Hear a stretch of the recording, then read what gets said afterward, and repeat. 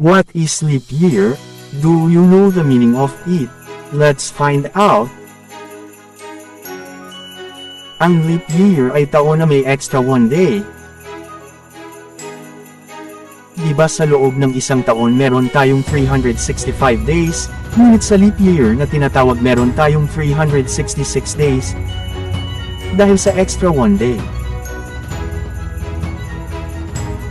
Bakit nga ba may extra one day ito? May extra one day po ito upang makasabay ang ating kalendar ng tama sa seasons.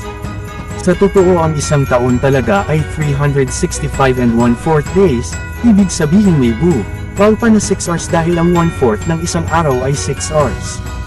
Bilang dagdag, ang leap year ay nangyayari kada 4 na taon dahil ang bukal na 6 hours na sinasabi ko ay nagiging 1 day kada 4 na taon. Kada 4 na taon tayo